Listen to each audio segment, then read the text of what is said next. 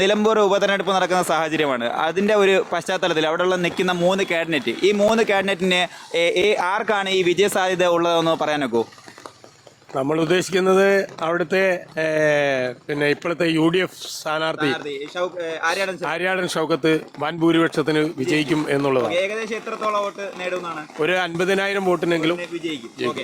അപ്പോഴേ M സ്വരാജും അവിടെ ഒരു കടുത്ത സ്ഥാനാർത്ഥിയാണ്. അതുപോലെ തന്നെ ഇപ്പോൾ ഈ ഉപതെരഞ്ഞെടുപ്പിന് നിയോഗനായിട്ടുള്ള നമ്മുടെ പി വി അൻവറും കടുത്ത ഒരു എതിരാളിയാണ്. അപ്പോൾ അതിനെ വെച്ചൊക്കെ നമ്മൾ കമ്പയർ ചെയ്യണം. അതുമാത്രമല്ല, ആര്യാടൻ ഷൗക്കത്ത് ആദ്യമായിട്ടാണ് നമ്മുടെ രാഷ്ട്രീയത്തിലേക്ക് കടന്നു വരുന്നത്.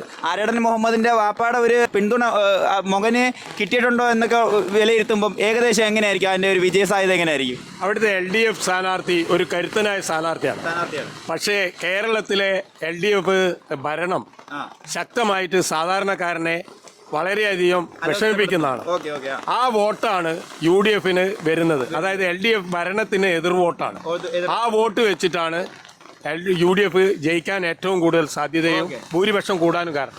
അപ്പോഴേ ഈ ആര്യാടൻ ഷൗക്കത്തും മുസ്ലിം ലീഗുമായിട്ട് വലിയ രീതിയിലുള്ള ഒരു കടുത്ത വിയോജിപ്പും എതിർപ്പും ഒക്കെ ഉണ്ട്. അപ്പം ആ ഒരു എതിർപ്പ് ഈ തെരഞ്ഞെടുപ്പിൽ എത്രത്തോളം അതിനെ ബാധിക്കുമെന്നുള്ളതിനെ കുറിച്ച് എന്തെങ്കിലും ഒരു അഭിപ്രായം ഉണ്ടോ? ഒരിക്കലും അത് ബാധിക്കില്ല.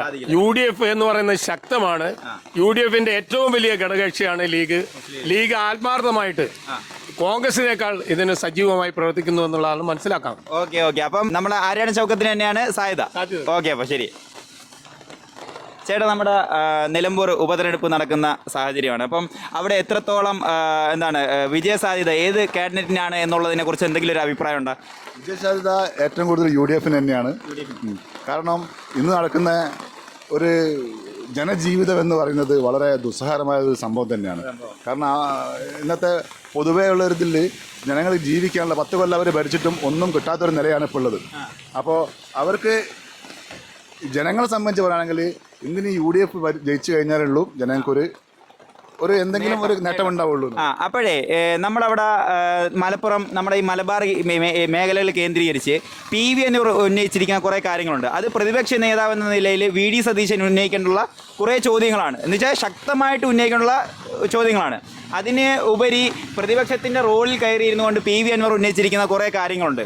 ആ കാര്യങ്ങൾ UDFന് എത്രത്തോളം പ്രതികൂലമായി ചിന്തിക്കുമെന്നുള്ളതിനെ കുറിച്ച് എന്തെങ്കിലും ഒരു അഭിപ്രായം ഉണ്ടോ? തീർച്ചയായും UDFന് PV അൻവർ എന്ത് പറഞ്ഞത് അത് അവരുടെ രാഷ്ട്രീയ നിലപാടാണ്.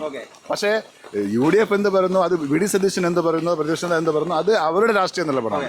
അതുകൊണ്ട് PV അൻവർ പറഞ്ഞു എന്ന് വെച്ചിട്ട് UDFന് അതിലൊരു വോട്ട് ഇല്ല കിട്ടാനൊന്നും ഉണ്ടാവില്ല. തീർച്ചയായിട്ടും. അപ്പോഴും ഞാനൊരു കാര്യം ഉദ്ദേശിക്കുന്നത് നമ്മുടെ ഈ M സ്വരാജിനെ കുറിച്ചാണ്. M സ്വരാജ് നിലമ്പൂർ